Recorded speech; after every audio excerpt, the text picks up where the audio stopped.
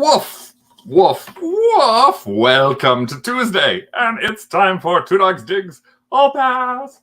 Today, on our live Two Dogs Digs Hall Pass, we're going to talk about a bunch of interesting reselling tips and tricks. So we have got some things you may have heard us talk about a little bit. Some things may be brand new to you. If you're watching this during the live, we'd love to hear anything that you might think that we might have missed if we're talking about some of these things.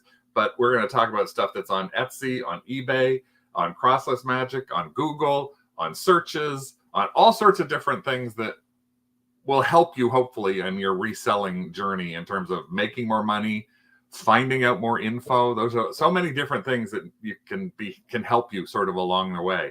And to help us along the way, we have our basement dweller, Rick, who's going to be doing some stuff that's I don't even understand, so he's going to talk a little bit about stuff. I'll try to keep it simple for you, hon. He's going to keep it simple for me because he started to talk to me about this about an hour ago, and I was like,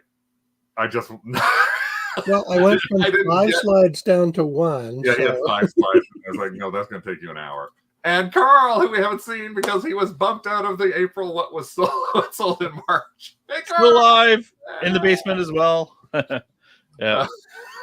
So, welcome to everybody who's joining us today. Hello, say Susan. Joel, who has given us a tip tonight that we didn't know about that we think will benefit everybody who is, well, for at least for a little while, who goes to Value Village or Savers in Canada or the US.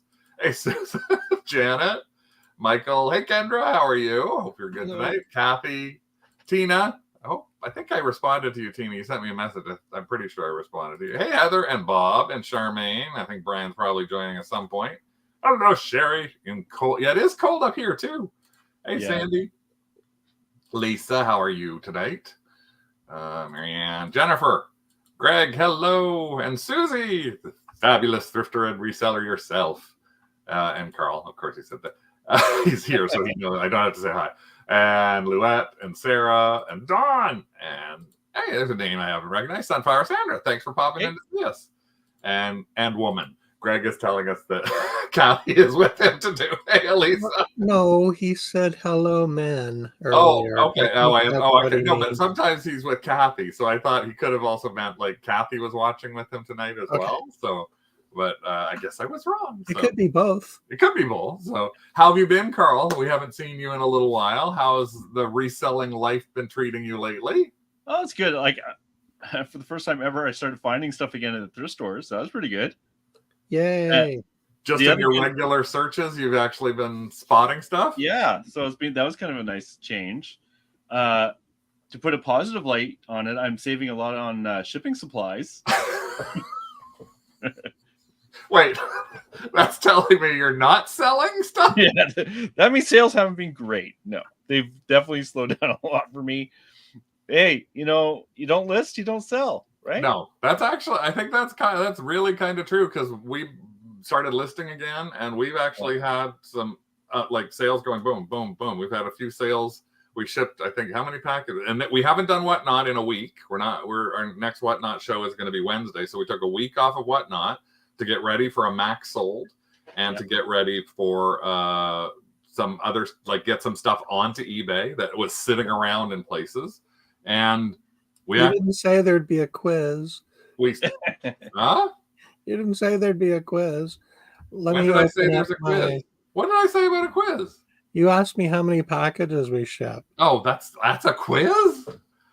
So far in April, we're up to 104 packages. Oh, wow. No, but I mean, today we dropped off. Today there were 8. And then we sold 4 more things this afternoon after we had dropped the stuff off at the cross-border shipper. Yeah, the Craig's halfway to Chit Chats and or to Stallion, pardon me. Cha-ching.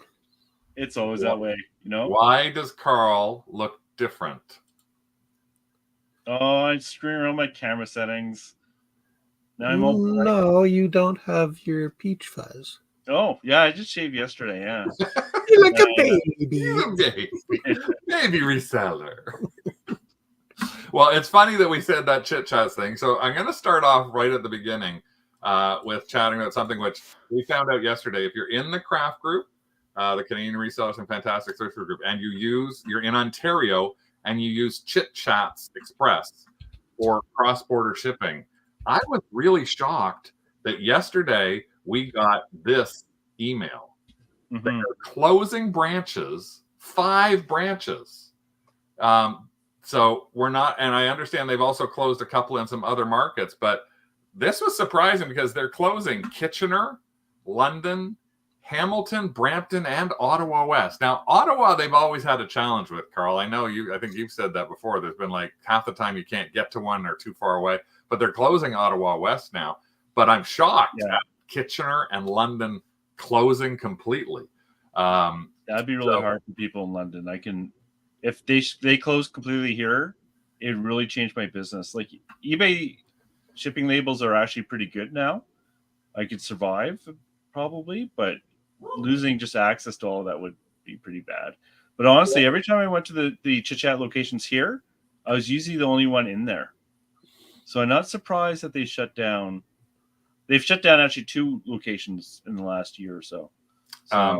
Elisa's asking, what's Chit Chat? Chit Chats is our cross-border express. So for Canadians, we have access to USPS pricing and shipment. So a cross-border company drives literally across the border every night and drops things off. But it allows us to buy our postage through USPS or Pirate Ship or USeBay.com or Poshmark US, so we can ship from Canada, Whatnot US, so we can ship from Canada, that sort of thing. So it's something that my favorite is the eBay labels for FedEx Home and the other one they have. So it's the way that some of us actually use them to help us be more competitive. eBay Canada's come up with a lot better rates for people to ship using Canada Post, but for a lot of us, it's a big thing to use a cross-border shipper. So I was shocked at that. The thing that shocked me even more, Carl, about this was not only that they're closing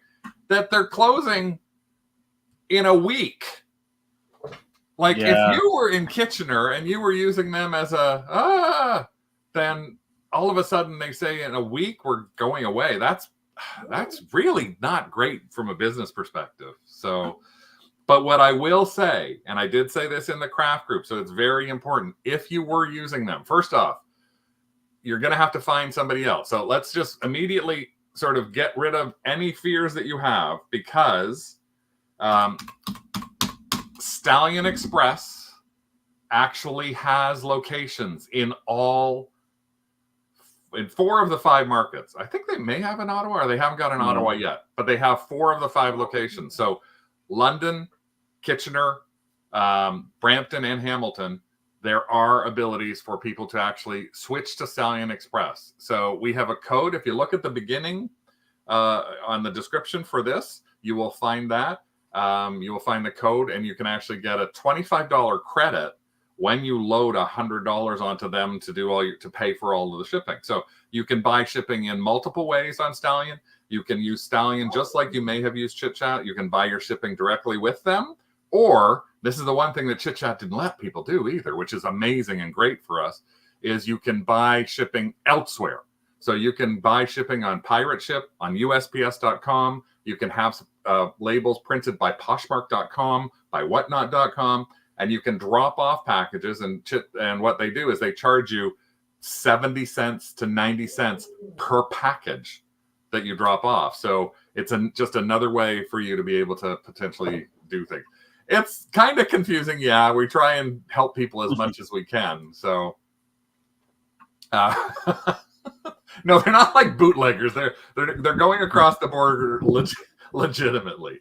Yes, and in Winnipeg, there's Run in Red. I always forget that you have them, but yes, there is Run in Red in there. So take a look at those if you are thinking about it. Again, just look. You don't have to be afraid. But if you were using Chit Chat, just make sure you take a quick look at what your shipping was like, and your rates and everything like that, because those rates are going to be gone for you in like a week to 3 weeks. So that was a bit of a shocker, I think, when I got that. I read it out to Rick, and it was like, Rick was like, what? It's like, yeah, that's what's happening. Like, a really interesting thing. I think someone said that they're getting a lot more competition from Stallion. I can believe that. Like, I'm very happy with Chit Chats. Like, they've been great to me. They're really friendly. their only option here in Ottawa, but I do recommend them. Yeah, I can't compare no, those. we still use Chit Chats. For us, our big challenge with Chit Chats is, and a lot of people don't have this, but is because we've been with them so long, we could still drop off packages and they charge us a drop fee. So we could take a package we got shipping for elsewhere and go to them. Yeah. Newer vendors, newer resellers could not do that. They had to buy their shipping directly through Chit Chats. But what they did with us about a year and a half ago is they took the rate from 70 cents per package and went to $1.40. Yeah, doubled it. Now, when you have a Whatnot show that has 35 packages going out, that's $30 more just to get them through. So, and also, Stallion opened a drop center that's a block from our house in a variety store. So we can drive to get coffee at the McDonald's and drop the stuff at this variety store, and it's picked up every day at 3:00, and it's across the border already tonight. Yeah, so great. It's really great. We love Stallion. So again, take a look at that if you're thinking about Stallion Express as a thing. Let's see. Canadian shipping isn't too bad. The biggest issue is domestic parcels go out at dimensional weight rather than actual weight. That part is a major pain. Yeah, I agree. The nice thing about shipping to the United States is I just have to weigh it. I don't have to get the tape measure out. It's a silly little thing, but it's like it saves quite a bit of time not having to measure the parcel if it's under a certain weight. And Lisa and Kendra just having a conversation that this is with Running Red. The way that they do stuff is they actually usually package up stuff. So I believe there's like a flat fee, and the flat fee is something that if you're only sending one package, it could end up being, I might be bad roughly, but might be $10. But it's also $10 if you're sending 14 packages. So it works really well if you're actually doing a little bit more bulk in there. So Lisa and Kendra, connect maybe on our Facebook group, because you might be able to find more about that.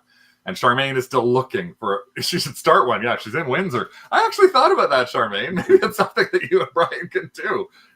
I don't understand why there isn't one in Windsor when you're just crossing the border. There you go. Yep, consolidated box for $10. I remember. Yeah. The London branch used to be in a convenience store before they opened an actual branch. They did say with Chit Chats they're going to try and find drop spots again. But again, I think you just burned a bunch of bridges with people if you just said, we're closing and we're going to find a way to help you later, instead of going, we moved from a drop spot to a place and now we're taking it away from you. And sometime in the future, we'll be back to help you again. By that time, everybody's going to hopefully have moved to Stallion. So that's what I would do. Okay, so let's go on to a couple of different things. So first thing we're going to go to is we're going to talk about, instead of eBay, oh my God, we're not talking about eBay first. No, we're going to talk about Etsy today. The first thing we're going to do is talk about Etsy. So what I'd like to do is, and he wasn't expecting me to do this either, what I'd like to do is turn it over to Rick to chat a little bit about an Etsy experience we had in our messages this week. Oh, the one with the woman with the Pebbles? Yes, Pebbles. Would you like to chat about Pebbles? Okay. In early March, we got a message about a doll that we have listed on Etsy. It's a Pebbles doll. It's like a little baby doll like Pebbles. And the woman is in Australia. And she said that she was worried about the costs. She thought the cost was too high. So I sent a message back to her explaining what the cost should be on her end based on Australian dollars. And she said, fine, all is well. Well, a couple of days ago, I look at our Etsy messages, and she's complaining that the doll that she bought hasn't been delivered yet. And I basically responded, you didn't buy the doll. That was my first response. You didn't buy the doll. Then she came back with, why are you calling me a liar? Oh, she was really upset. In her mind, she had gone through the checkout process and had paid for the doll and hadn't received it yet. Yeah. So then I had to send another message back saying, I'm sorry, the doll is still active on Etsy. Yeah. We didn't receive an order. So if you could please give us your order number and perhaps we can follow up with Etsy once we have an order number. No response. Yeah, she's disappeared now. And she's disappeared. It's kind of interesting that she made the assumption that whatever she did on her end to look at the costs was actually a processed transaction. Yeah, there's some funny people out there, isn't there? Yeah. But if you're from Australia, you must know how long and how expensive it is. Like the few times I've shipped out stuff, I've like gone to them and said, this can be like $30 to ship, and they're like, yeah, we're used to it. And I think part of that is we say this all the time to people. If you do sell something internationally, send a message to the buyer, just reminding them how they bought it. They may be responsible for duty and taxes or VAT or just. I usually say duties and taxes because I don't know if it's called the VAT everywhere, but we always like to throw a little thing in there. I know that it's charged if you sell things through eBay and you use their international shipping, but when you don't, like we don't, if we use something else to ship something with, it's not covered there. So it's not covered by Etsy, or it can be covered by Etsy, right? Yeah, Etsy collects as the tax, and they give you a number that you can put onto the. Yes. So, but we still like to tell people that. But I think that's kind of a tip or trick is to remember is two things there. One is can talk to your people who are international to make sure they're comfortable with what's happening.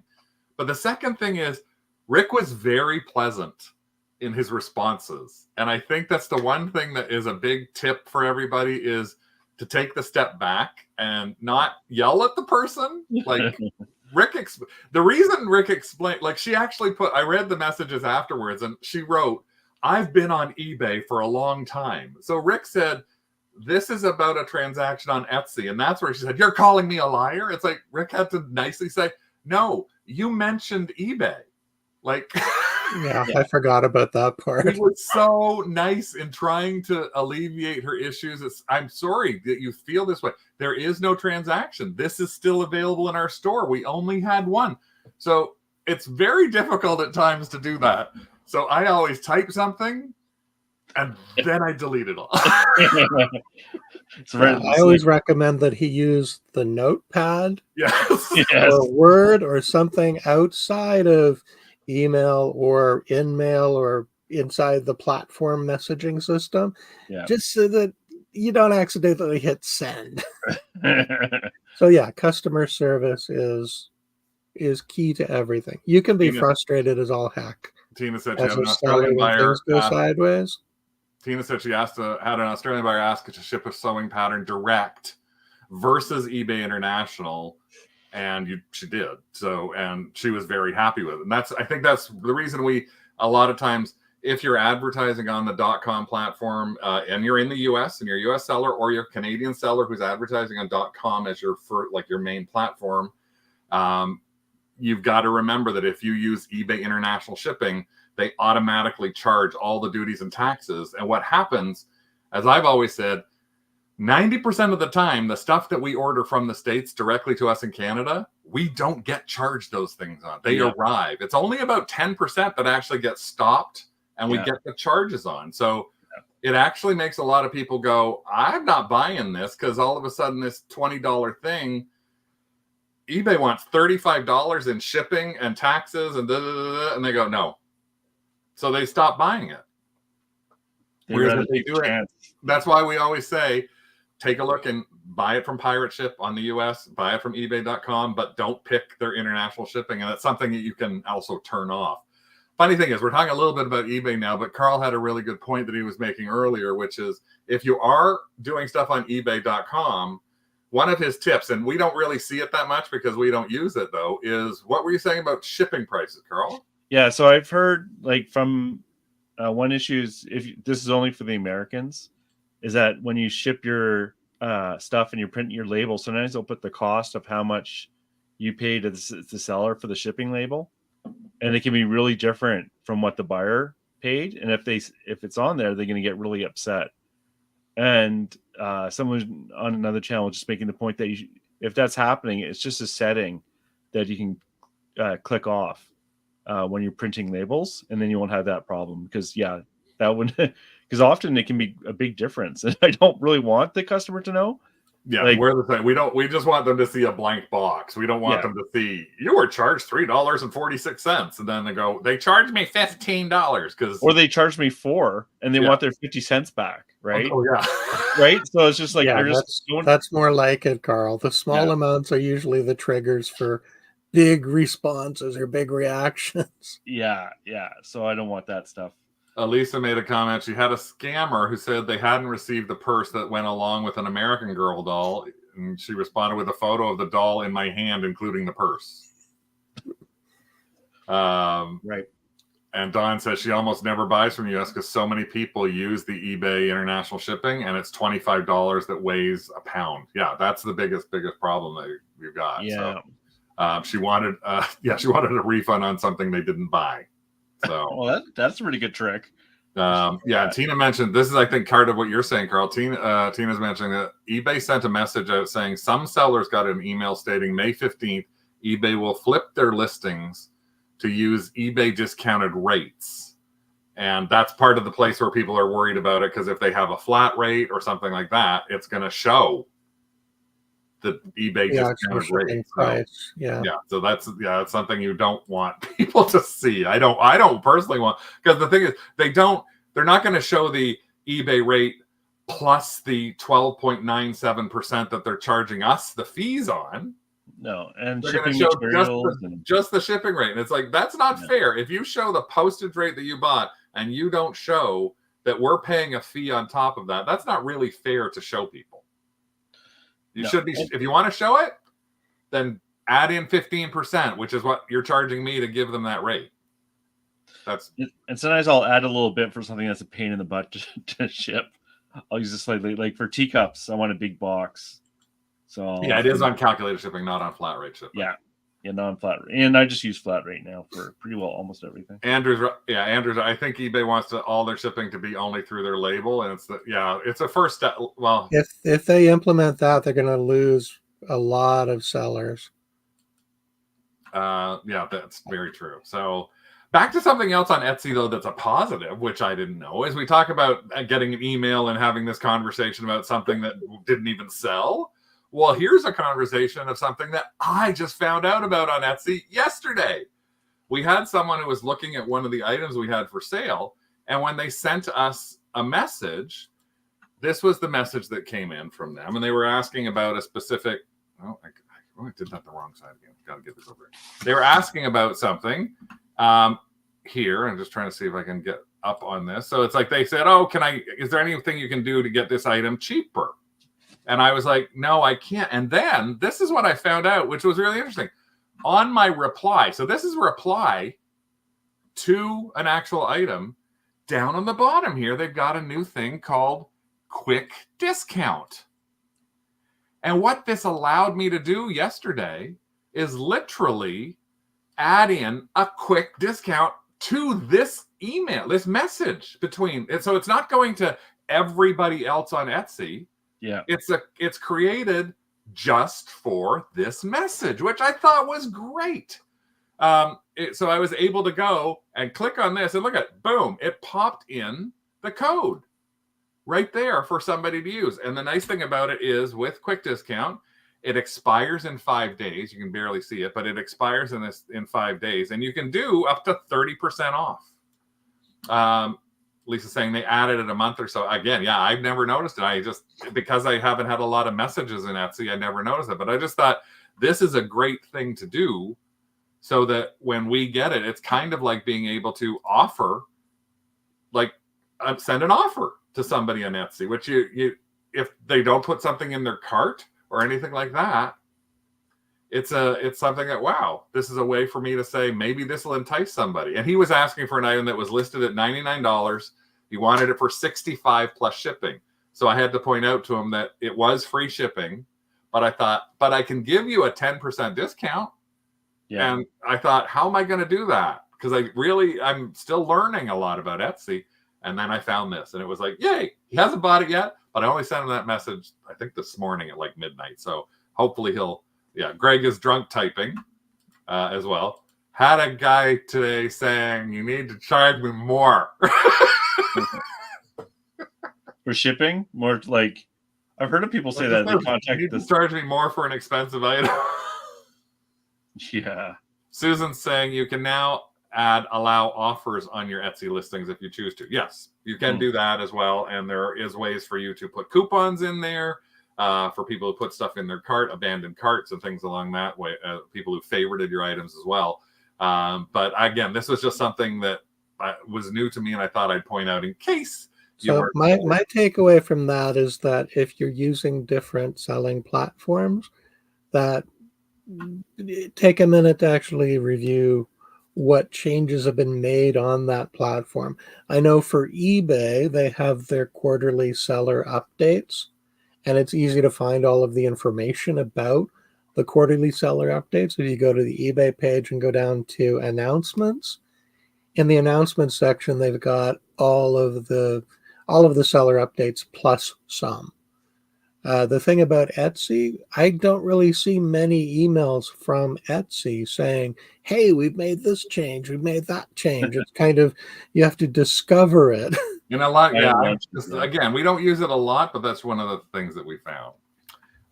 Next thing I want to show you is two more things on Etsy, and then we're going to move on to Google and some funky things, interesting things on Google. But one of the things that I always find a bit of a challenge is when I'm doing searching, I'm carling, I'm at my thrift store, and I decide I'm going to carl something, and then I get to something like this. So here I am, I carled something, and it's like, yay! It's like, I found it. Oh, look, it's on Etsy. I can figure out about it. So I'm going to click on it.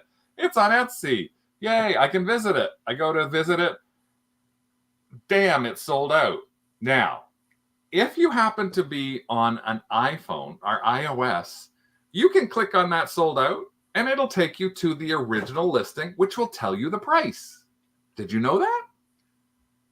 I did. But thank you, Rick.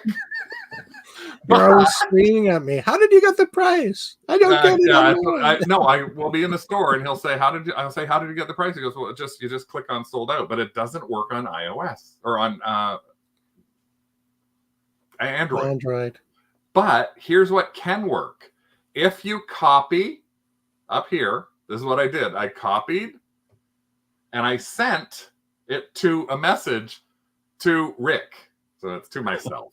Yeah. Then I went in my desktop and I opened that listing. And there's the same listing, right? So you see, it says, sorry, this item is sold out. When you go to a desktop and you click on see item details, it shows you what it sold for. Ta-da! So you can actually find some sold pricing going through this way to actually be able to go, oh, okay, now I can actually see what something, especially if you found something that you've only been able to find on Etsy. And that happens every once in a while, where it's like every listing, for some reason, it's crafty or it's really vintagey, and it just Etsy, and nothing, and everything else is Pinterest and pick click, and it's like, why can't there be an eBay listing somewhere? So this particular person sold that dog that I actually have right here. Nice.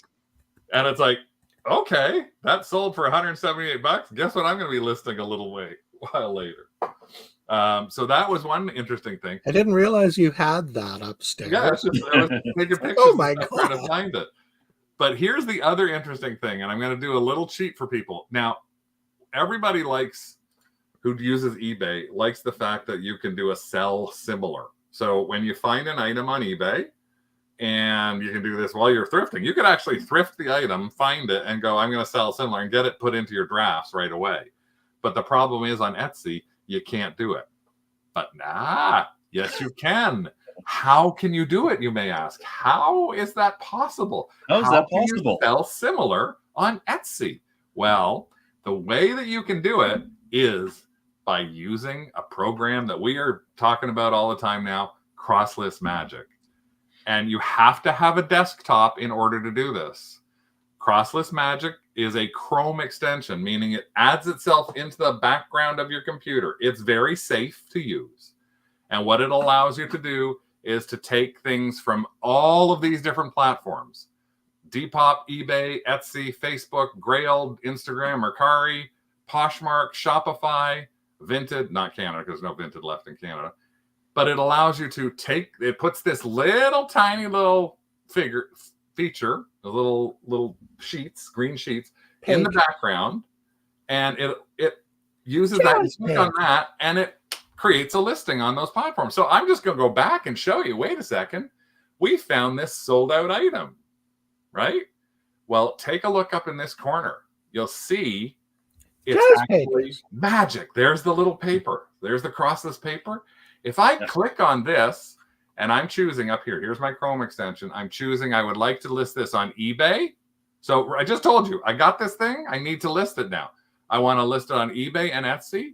If I hit Crossless Magic, it is creating an eBay and an Etsy listing from a sold Etsy item.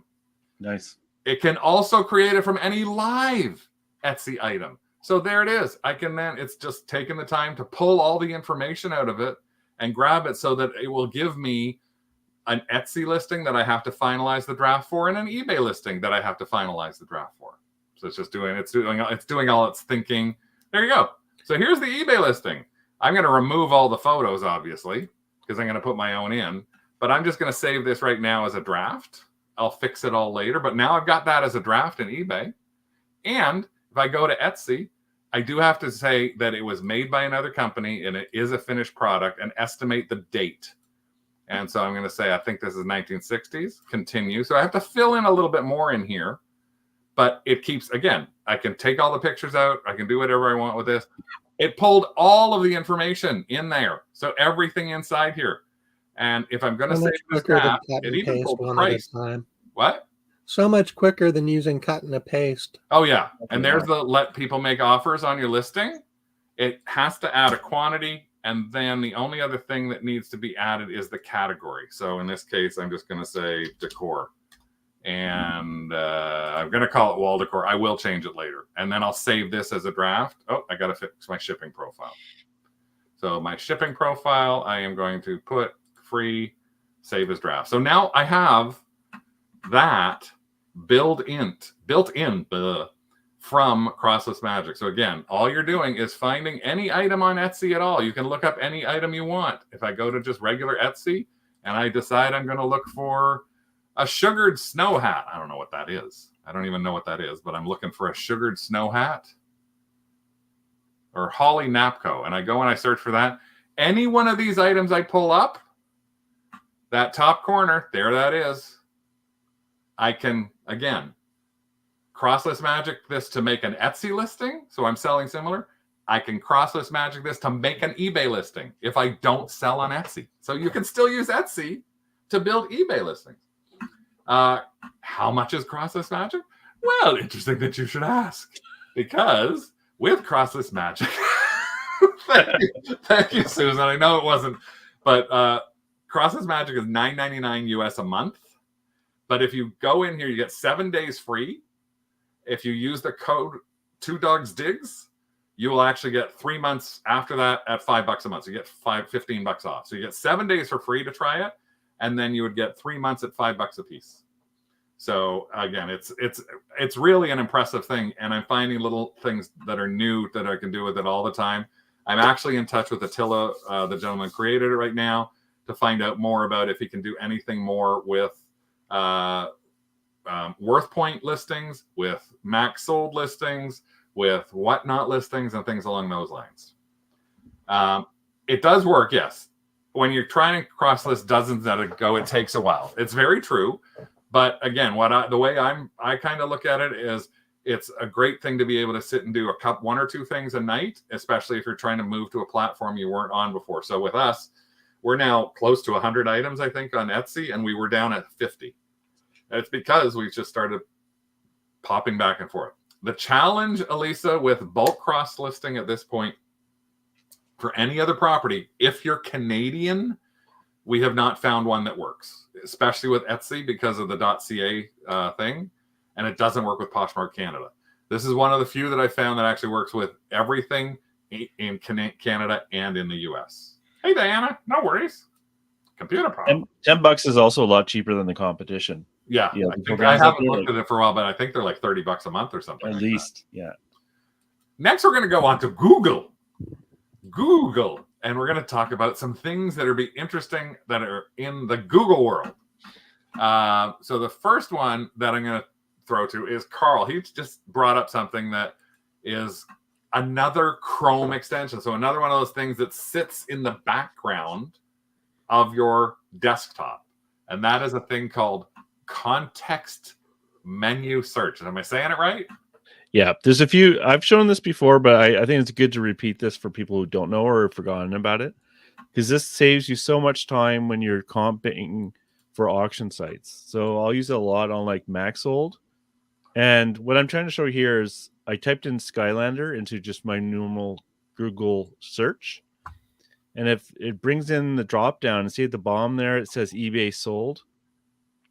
So when I click on that, it takes me straight to the comps for eBay sold. And you think, well, why would I just not type in Skylander on eBay and sold? And you can do that. But when you're on a site like MaxSold or anything really, Facebook Marketplace, you want to quickly look up stuff, it's so much faster just to highlight, right click, and do the figure out the solds. You can it's a little complicated to set up, but it's not too bad. The extension's free. There's a few different ones you can try. This just happens to be the one I like. And again, the name of this one is, if you search context menu search. Yeah, you will actually find that link in there. And again, it sits in the background, so it's a safe site. And as Elisa says, Carl's got the algorithm Rico Suave. Hey, Carl the lazy reseller, the lazy part there is important to me. And I also have it set up so it's not just eBay solds, but also show me Terapeak. You can do whatever you want, really. It's as well. The other thing I wanted to mention too is for Google Lens. I don't know if this feature's been around for a long time, but when you do a Google Lens search, you can actually type in text as well. So when I want to just find like solds through Google Lens, I can do the picture. It'll take the picture, search on the picture, but then I can add the word eBay text, and then it'll just return me results from Google Lens just for eBay, and that can speed up if you don't want to see anything else but eBay results from Google Lens. Oh, is that, Carl, is that when you're going on to here? I'm just going to show you my screen right now. Is that where it says add to your search? Yeah, I think so. I'm not quite sure. I'd have to do it. It was just something I noticed last week. It might have been there for a long time. I just never bothered. I just didn't notice. So, well, but, yep. Anyways, that the main one, like I wanted to show there, is like I really highly recommend it, especially if you buy off auctions or Facebook Marketplace a lot. It's such a small thing, but it saves you so much time, and it's not really sort of thing you realize until you start using it and how much time it'll save you. That's yeah. You can only type it on mobile, not on the desktop. Yeah, when you're doing an image search or a Google image search, yeah, it only works on the mobile devices to add text to your image search. And you're right. It's when you click add, then it'll let you to put in the text. Charmaine says uses it all the time. Susie's been adding text for at least 2 months. Yeah, I think it is a recent addition. It is about 2 to 2.5 months. Now, I'm assuming that Dawn is still talking about this when she says she likes beef text. We don't want to know about your personal life. I don't know what a text expander is, but now we're going to have to check out what beef text is. But we're not doing it live in the show. No, we learned our lessons last week about doing live things in the show that we shouldn't do. But now actually I'm going to turn it over to Rick, because Rick is actually going to talk a little bit about something else that's got to do with Google and stuff that I don't think people think about enough. But again, as Carl said, part of this is all about how do you save time? And as you start using these things, like I thought Crossless Magic was going to be a pain. Then I started using it and I'm like, thank God it's around. I use some of the things, like I didn't Carl things till 1.5 years ago. I wasn't using WorthPoint to do my searches on 10 plus years of actual sales until like probably 1.5 years ago. So every time I learn a little something, it like adds stuff to that's better for me when I'm searching and shopping and reselling and all that sort of stuff. So Rick's got an interesting one, so he's going to talk to you about it. Well, yeah, I've actually got a few things to talk to you about Google searches. And I've got some quick tips for when you are searching Google that might help you narrow down search results and get you better results more quickly. So in terms of the search operators that you can use, there are quotation marks. Oops, sorry. If you're looking for an exact phrase, you can surround that phrase with quotation marks.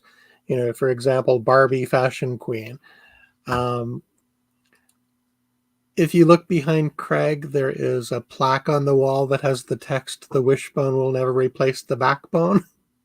If I wanted to search for that text without the quotation marks, it gives some results. With the quotation marks, it narrows the results so that only that exact quote is found. So the thing about that is that if you've got something very specific, then use quotation marks around it, and Google will only return that specific search result. You can include a minus sign directly in front of a word if you want to exclude that from your search. So, for example, if you're looking at Mustang, this is a generic search. It was the quickest thing I could think of. So Mustang, if you look at Mustang, I'm getting all sorts of things produced by Ford. Well, a Mustang is also a horse. So if I wanted to remove everything that mentions Ford, I can do minus sign Ford, and any result that has the word Ford in it is excluded from the search result. So if you are doing a search for something, you're researching an item, and you're finding that there are a lot of things mixed in that don't match exactly what you're looking for, find the common term from those search results and put a minus in front of that term, and it will eliminate it from the result. So it'll give you, again, a more streamlined search. If you use double dots, you can search between a range of numbers. For example, if I want Sears catalogs between 1970 and 1990, I can put in 1970 ... 1990, and it will limit the results to text that includes 1970 through 1990, so 1970, 71, 72, etc. The asterisk is a very powerful tool. It actually will act as a wildcard and match any word or phrase. And I'm just going to do the barb example, just because it's the quickest one I can think of. So it includes barb, it includes barbs, it includes Barbie, etc. So again, this could be useful if you're looking for, example, an artist's name. You can only recognize 4 or 5 letters from a long artist's name. Then you could put in artist, those letters, asterisk, and see what you can find. And the last search. Does the asterisk, sorry, Rick, does the asterisk have to go after, or can it be before? The asterisk can go anywhere in so your search. So you could put asterisk barb, and it would come up with things that would have that barb in, like something barb, something barb, something barb. It should. If there are other things that are something barb. Yeah, maybe that's not the best example, but again, the asterisk allows you to specify partial search terms, and it will be a wildcard to match more. The last thing is a tilde. So if you look below your escape key or beside the number 1 key on your keyboard, there is a tilde, which is shift in that key. And the tilde actually allows you to search for synonyms in search results. The search result that I was looking at earlier was music and classes. I decided to look at art glass and identification. So this will include art glass identification, art glass price guides, etc. So again, it helps you with various categories. So again, let's look at music and classes. Music lessons, music instruction. So it's including synonyms for the word classes. So do with that what you would. No, I think those are a lot of good things. And one of the things that I would actually say there is some of those tips that he's mentioned in the Google side of things can also be used when you go to some place like eBay. So for my biggest example with that is if you happen to look something up, and let's just say it is, you don't know if what's going to show up, and you see that you get 2,000 responses to the search that you're putting in, and you realize at the beginning that a lot of those are coming up because there was a DVD made.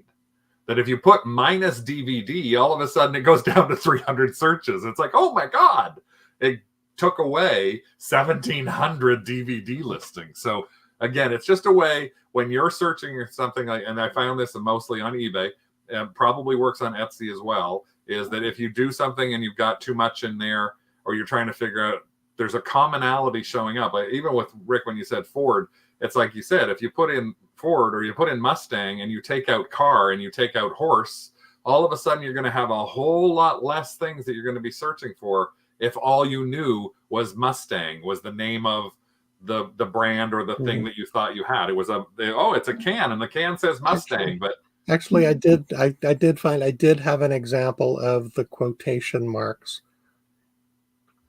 Using quotation marks in a search. So let's go back to that for a second.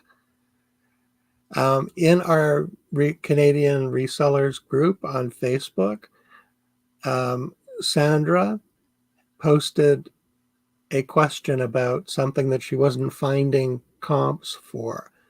And it's a Mastercraft purse, and it's by a particular artist.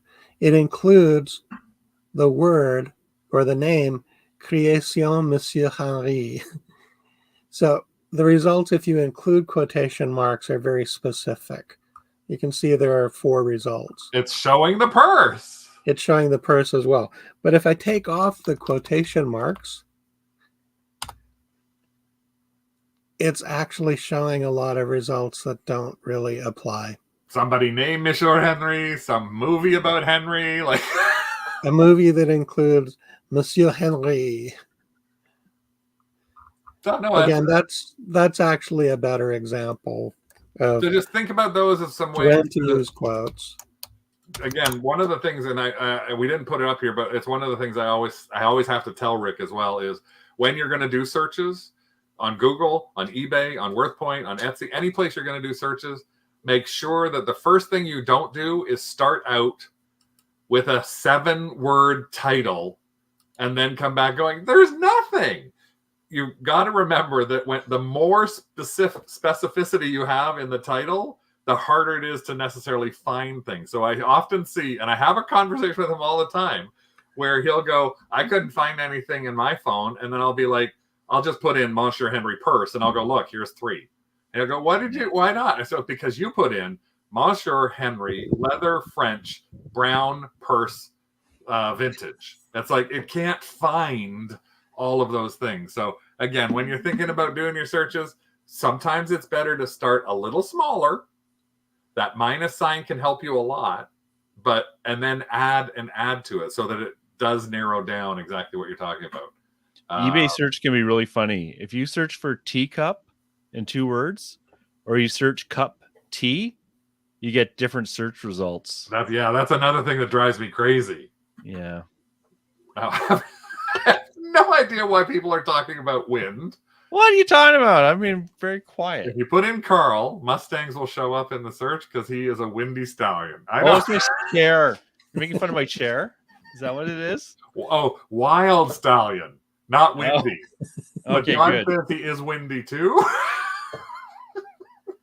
Oh my. So now we're I'm talking just about. letting this go. Well, Like, I don't know what's I- going on with Dawn. She's Okay, so let's have Carl talk about something else that's a little more than his wind, and that is about Value Village. Here's something that well, yeah. I forgot about that Carl mentioned that I think is a really interesting thing to know, which Yes, is I totally prepped for this. Okay, wait. Okay, so if you want to blow me up for a second. yep. So everyone knows about the colors on the tags. But what people might not know, is hopefully it's going to show. Okay, I've got an image if you need it. Okay, well, I've got an you might image have if to you show need the it, image. Carl. So there's a number here. You zoom in and see that 6? If you zoom in just a bit more. This one here, I can't. It won't zoom in any further for me. Okay, there's a 6 there, and what they do. So someone just said they don't know about the colors. So every week they have a new color, and that's how you can tell if it's like one of the first things I do when I go to the stores is I try and figure out what's the color for the week, and that will speed up me searching for stuff. Because if something's being around for more than a week, generally it's probably not going to be valuable. There are exceptions, but in general. So, like for example, this week here in Ottawa, I think it's purple. But the other thing, See if I get this to work better for us when we're trying to show it. Here. yeah, you're having the same issue. Ah, there you go. So that 3, that means I know, like if it's sorry, it shows 073-Y. Just the last digit, that number 3, I know that was put out on Wednesday. Because Sunday's number 1, and then Monday 2, Tuesday 3. So I already just screwed up. So it was put out on Tuesday, not Wednesday. And what is More. do you know what the 07 means? No, I don't. I just care about that number, to be honest. So I think, if I'm not mistaken, yeah, this one says 07-3. So I think this might have been put out week number 7 on the 3rd day, because the ones that I had the pictures of here say 14, 16, and 17. oh right, yeah. So this is 14, 5, 16, 6, 17, 2. So to me, that's saying that this one, 14, has been out for at least 3 weeks. Yeah. And that might help you sometimes, you never know, but it might help you in going and asking the manager if you can get some money back or get a discount. Yeah, and for me, the days are important too, because if I'm looking through the baggy wall, right, and I see the color of the week, and I see that it was just put out that day, I'm much more likely to go behind there and look than if it's Friday and it was put out on Monday, because by then most pickers have already picked it out. So it's important not to know just the color, but also the day. So see if you can. If you see a cart coming out, go to the cart and see what color is on that cart, because that will tell you the color of the day. Yeah. On every week. I think it's the week, because I think that's part of it, because I've seen them pulling stuff and they're just like grabbing stuff, and I think it's because they've been told pull the oranges, because that's 4 weeks 100%. old. Yeah. Now I will say that Joel gave us an amazing Value Village hint that we're going to talk to you about right now, that I don't know how long this is going to last, but if you shop at Value Village or Savers in the US or Canada, one thing that we always tell people is don't skip the $2 coupons that you get. They print out. I see people throwing them onto the ground. They're everywhere. But not just that. When you do a donation, you get usually a 20% off top and a $2 bottom. It takes no time, 2 minutes, to fill out the survey and get a coupon. In fact, the way I do it is I fill out the surveys, I get the coupon, and then I actually will show you. I screen cap. Not going to show you them. I screen cap them into my phone, so that when I actually am in there, I can actually open up the thing and use it, and then I delete it right away. So they're all screen capped into my phone. But I got the most amazing thing. You don't get coupons there. You don't have Value Village or Savers though. But this is the most amazing thing. Take a look at this. Joel figured this out today. So when you go onto the website, he found an old receipt. So he looked at this old receipt that he had, and he thought, oh, I still forgot. I forgot to fill this out. I forgot to do my little QR code and get my $2. Well, he printed it on, and it came back saying, sorry, that code isn't valid. He was like, oh, shucks. So he took a good hard look at the codes, and he thought, you know what?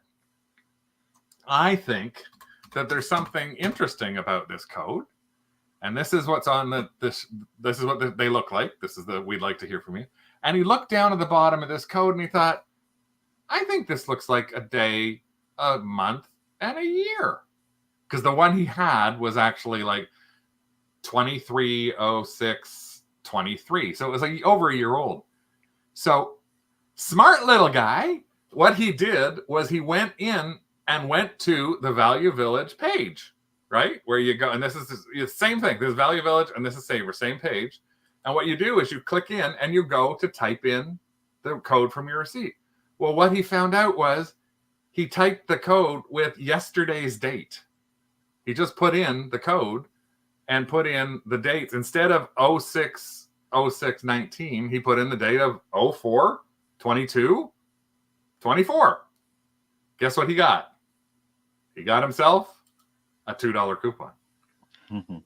But not only that, he actually went and took the code from their site that's on the form. If you type Value Village Listens or saverslistens.com, this is what it will take you to. And it says, we'd love to hear from you. So he typed the code that they put as an example and changed the last 6 digits. And guess what? Just like us, he got a coupon. So you can get coupons, $2 coupons for free. All you have to do is answer the questions. Again, go to Value Village or savers.com. On the main page, it says hypothetically, you go to here and then you look to the side there and you type in 1950. If you were to type in 29146 instead of 0606, we're going to type 04/12/24.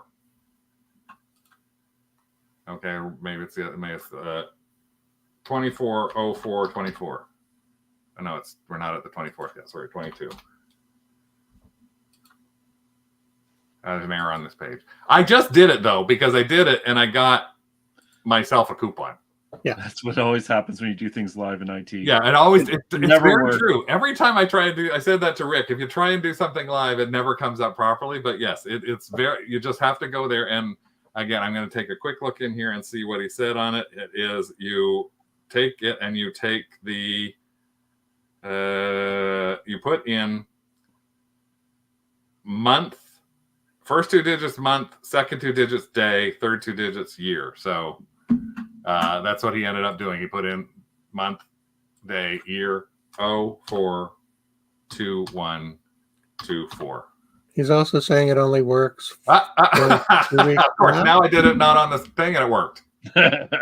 Of course, that's the way it works. You just fill this in, and literally, I will get myself a code. So it's that was from today's date. I actually used the same date that you used, Joel, and I got myself a coupon. So there's that flaws in their system. We used to tell people you can scan because what happened 2 years ago, you could scan the same code in over and over and over and over and get it. So as I always say, sit on the toilet, go to Value Village Listens and type in something and you will get $2 codes, screen save them, or they'll send them to your email. Don't worry. You can put, they don't know how many codes you're getting. I've actually done 4 or 5 in a day. Like I've saved them all up over a week and I had a bunch of them that printed out and I did the QR code thing for real. And I got all 5 emails sent to me like 5 minutes apart with 5 different $2 codes because they can't stop me if I've donated 5 times to them. So so we just, that's the thing. It works when you're trying to do it. But just like lies, or it could show you risque pictures if you didn't do it the right way around. So just remember, it's another way for you to do something a little bit different. I'm going to show you one other thing. There's a couple other things as we're getting on our hour.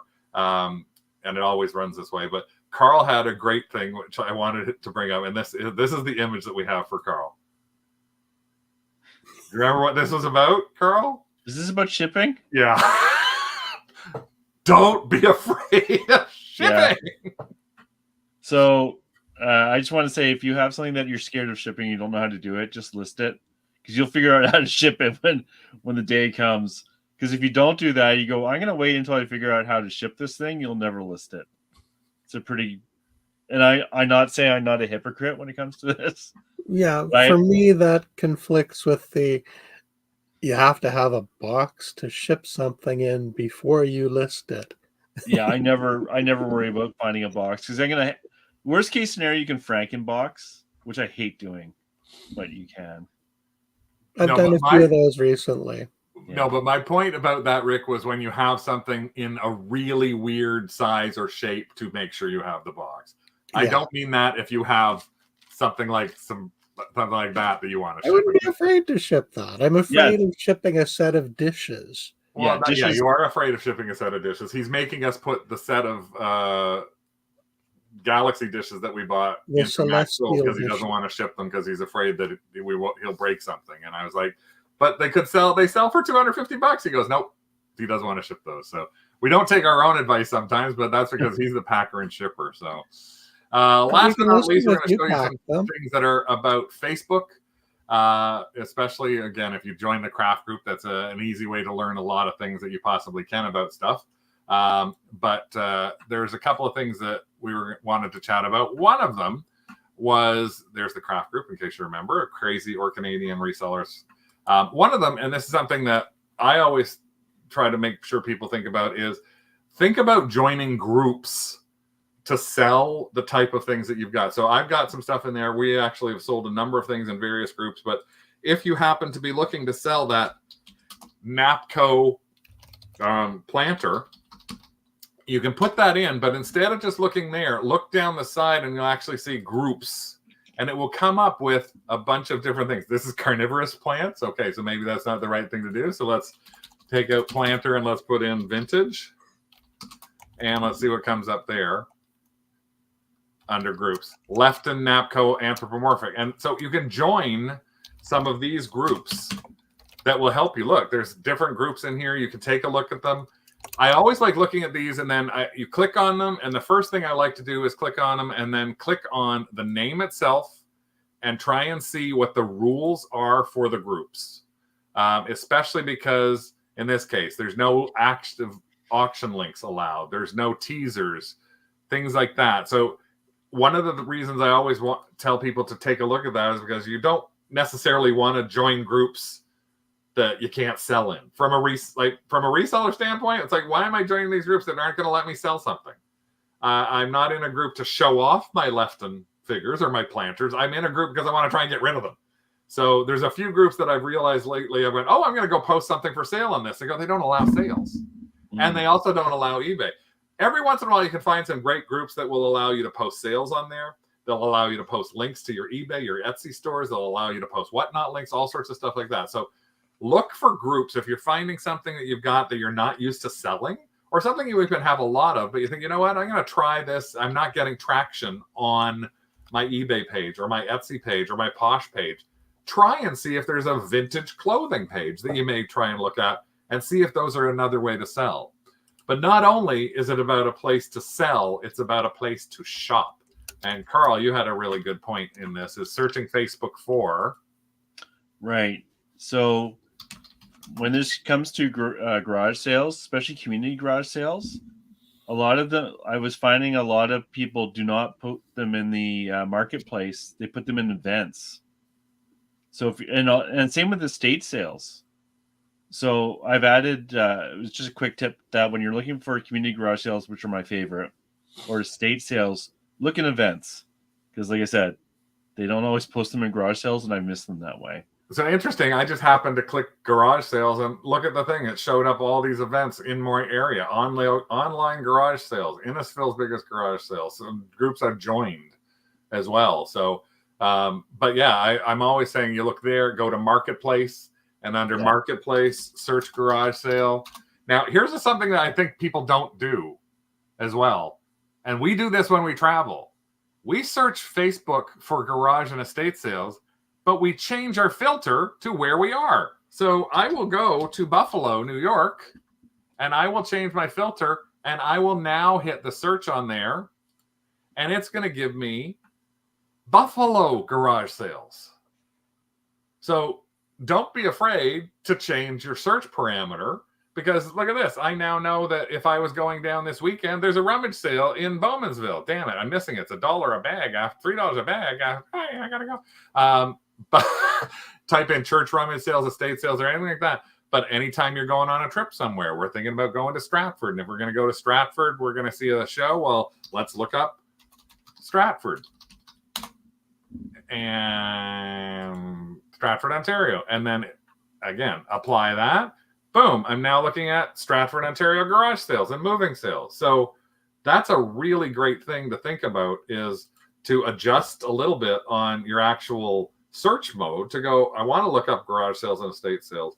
Also use garage sale or yard sale treasure map and things like that. And it's funny that we end on something about garage sales, because our show next week is going to be how to make big bucks holding garage sales. So we'll talk a little bit about shopping at these garage sales as well. So we'll revisit this that we're talking about right now. But we're going to talk mainly, there we go. We're going to talk mainly, I lost me again. Where am I? There I am. I got to go there. We're going to talk mainly about how to hold your own garage sale. Rick and I have held, I can't even count, it's 20 plus garage sales. Yeah. We have had multiple garage sales earn us over $1,000. And one we did last year, which was sort of a half-assed version of a garage sale, we still made $500. And Nice. as resellers, it's one of the things that we actually go, you know what? We're really happy to get rid of a lot of stuff. It's almost like another version of Whatnot. So we're going to take you through tips and tricks. Back in the 90s, before there were computers, I actually wrote and self-published a book on how to have a successful garage sale. So we're going to give you information that's from that book, but it still applies today. How to hold it, how to price, where to put stuff, how to prepare for it, and then what to prepare for on the actual day. We're going to take you through a checklist of stuff that you need. And again, we'll talk a little bit about how to search for them when you want to shop at them yourself. You'd be surprised. We have a bunch of resellers who buy a ton of stuff from our garage sale. They know we're resellers. They still come. And they still load up stuff because they usually assemble a pile of stuff, and then we have to. We have had piles in our front lawn that have just been people, don't touch, that's mine, and sold like $200 or $300 to one person. So that's kind of the thing that you can think about doing. So last year we had one. Susan, I think Susan dropped by our last one. She might have last year, but that's something actually good to look at. So hopefully today you heard some tips and tricks that might help you a little bit on Etsy. We didn't focus on eBay for a change, but on Etsy, on Crossless Magic, and how you can actually use that to actually sell similar from an Etsy listing. How to look at Chrome extensions like Crossless Magic and like that other one that I can't remember the name of again that Carl talked about, which allowed us to show you better ways to search, and all the other little tips and tricks that we got in here today, and nothing extremely rude like that happened by mistake last week.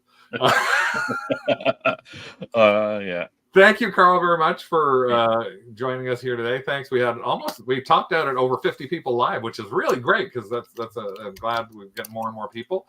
Thank you very much for Susie for your comment. Thanks, Kendra, for your comment as well. And Lisa bought stuff and sold a few things. She bought, so yeah. yeah, it's a lot of fun. And thanks, Joel, for your tip about Value Village. I wonder how many coupons are going to be downloaded in the next week because of that. Then they'll blank it all out or something like that. Context menu search. Thank you, Rick. So thank you, Carl. Thank you, Rick, for your Google help. Thanks, everybody here, especially those of you who are members of our Kennel Club for supporting us, helping support you in your reselling journey. This is all for now. Take a look at us on Whatnot and follow us on TikTok, and we'll see you in the craft group. And not next week, but the week after, Carl will be back for what few things he sold, because he says he's not doing that. But what few things he might have sold. It might be 2 months in. Bye, everyone. Bye, everyone. Take Ciao. care. Bye.